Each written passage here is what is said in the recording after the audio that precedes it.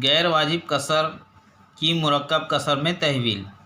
यहाँ मिसाल दी हुई है, यहाँ पर एक गैर वाजिब कसर है 9/2, यानी इसका मतलब ये है कि 9 को हमको 2 से तकसीम करना है। तो हमने यहाँ मिसाल को हल किए, 2 जो है यहाँ पर मक़सूम अलैह है और 9 मक़सूम है।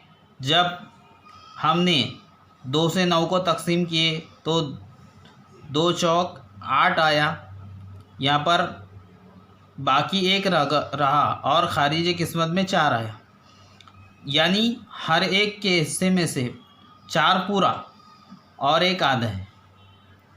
ये जो कसर है गैर वाजिब कसर, इसको इस तरह मुरक्कब कसर इस तरह बनी है, 4 अदद सही 1/2, इस तरह हम इसको पढ़ते हैं। अब यहाँ पर दूसरी मिसाल दी हुई है, देखिए 13/9 हमने यहाँ पर इस तरह लिखी। अब हम कैसे बनती है वो हम समझेंगे।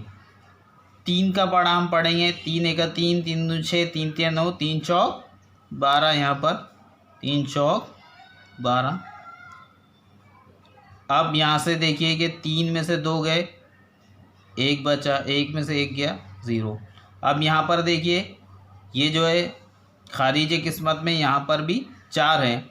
तो ये जो 13/3 है ये गैर वाजिब कसर, इसकी मुरक्कब कसर कैसी बनेगी? ये 4 अदद सही 1/3, ये जो है इस तरह बन